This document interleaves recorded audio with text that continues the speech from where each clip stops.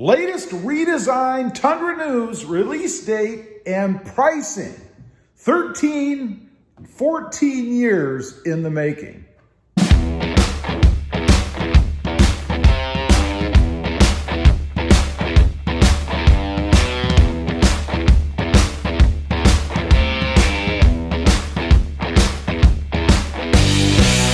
Well, good morning, everybody. How are you today? Pretty cold here. That's right. I've got the latest redesigned Tundra news, release date, and pricing for you here. This is the most up-to-date, recent information that we know. Now, why am I talking about the Tundra? Well, because I think that the next Tacoma is going to be based a lot or similar to whatever Toyota is doing with the Tundra. So it's going to give us a little bit of insight as to what the Tacoma is going to be. First of all, there's been a delay.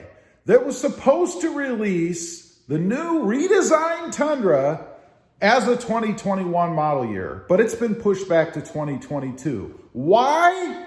Because of a chip shortage, a semiconductor shortage. You know, you wouldn't think there'd be a lot of semiconductors or chips in the Tundra, right? Just maybe some hamsters and some wheels. But apparently there are a lot, or going to be a lot of them in it, and it's affecting the release date. It's been pushed back to December 2021, making it a 2022 model year. Now, there is a little bit of chatter out there about maybe Toyota doing some kind of a refresh in the meantime on the Tundra. Do I think that's going to happen? Yeah, probably not. Maybe they'll add a little piece of trim or something, but surely nothing major. They're supposed to be built on Toyota's new body-on-frame, which has been talked about for a while. That's not really a big surprise. Using high-strength steel to reduce weight, thus maybe improving fuel economy, along with some other things. Supposed to have coil-over springs instead of leaf springs to go with their live rear axle to improve ride quality. Now, I don't know about you guys, but I don't think the Tundra has a bad ride quality anyway. I actually thought it rode pretty well. I think it's pretty nice the way it is, but it's supposed to be even better. They're going to improve payload and towing above the current maximums of 1,730 pounds payload, that's right now, and 10,200 pounds towing numbers. So they're going to do something to increase its towing and payload capacity. Now, that'll be good because a lot of people clamor about that. They want it to be able to tow and haul more. Sounds like they're going to take care of that for us. Next up, the V8 will be gone. And this is a huge controversy out there on the new Tundra, right? And there's been rumor that they're going to produce the V8 along with whatever they're going to do. We'll get to that in just a minute. But it's not going to be there. Once this new 2022 rolls out, no more V8. It will be gone. So what are they going to do? Well, there's going to be a twin-turbo V6 3.4 liter with 416 horsepower. Now, for me personally, when it comes to turbos, it kind of depends how they set it up, how they handle it, right? I had a couple of Audis. They were 4-cylinder turbos. You would never have known the difference. You would have thought you were riding in a V6, maybe even a V8. So if Toyota sets it up similar to something like that, it'll probably be seamless and you're never even going to know. Of course, the other big argument is how long do they last? How reliable are they? Are you going to see a 1,000,000-mile turbo Tundra? I don't know. Time will tell, I guess. We shall see. Second, a naturally aspirated V6, 3.5 liter with 300 horsepower. You know, that's not much more than what the Tacoma has back here. I would think that's going to be a real dog. I don't know. Supposedly only going to be available in the lower trims, or that will be the motor for the lower trims. I can imagine there will be some options, even in the lower trims, to go ahead and throw that new turbo in there. But you're going to pay for it, right?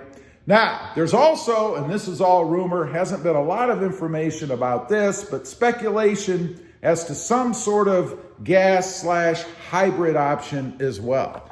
That would be pretty interesting to see. I don't know when we'll see that. I think it's probably going to be further down the road especially since they're having problems just coming out with the twin turbo V6. Now, we'll see. Looks.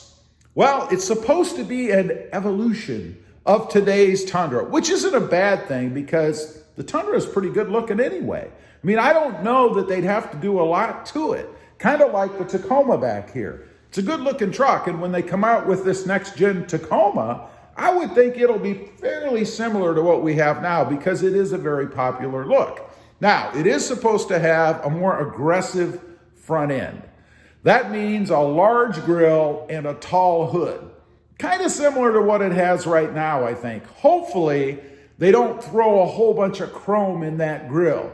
You know, have you seen the Chevys and the F-150s maybe a year or two ago with those giant chrome grills on the front? I hope they don't do that. We shall see. Not supposed to be anything terribly different, just a little bit flashier, a little bit more up to date. Now, the interior. This is interesting because it's right up my alley, right? Supposed to have the latest in-tune technology, including a 12-inch, that's a foot, 12-inch touchscreen and a head-up display. That would be awesome. You know, all I can picture is Ram's 12-inch display, right? It is awesome in that truck, and it would be fantastic to have that in the new Tundra. Safety.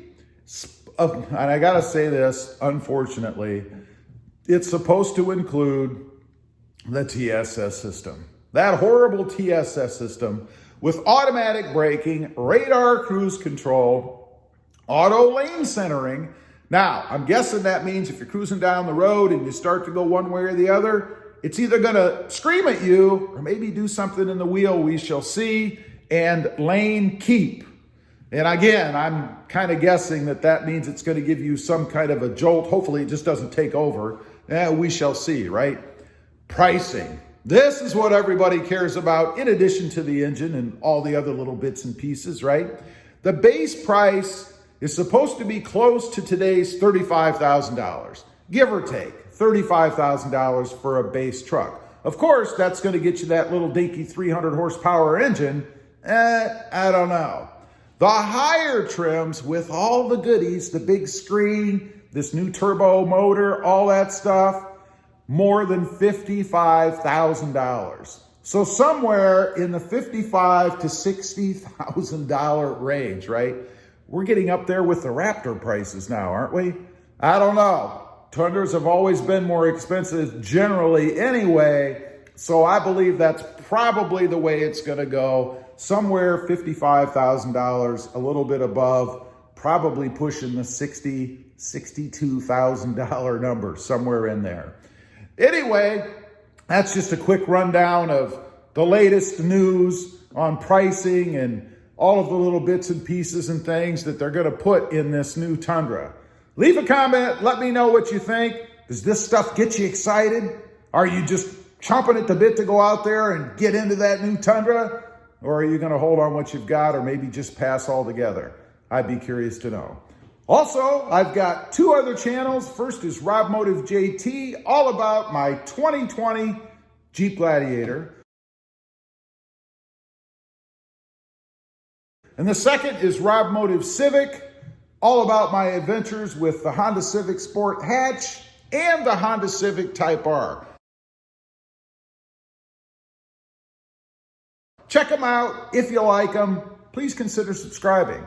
Don't forget to hit that notification bell so that you don't miss out on any upcoming videos. And do me a favor, smash that subscribe button on the way out.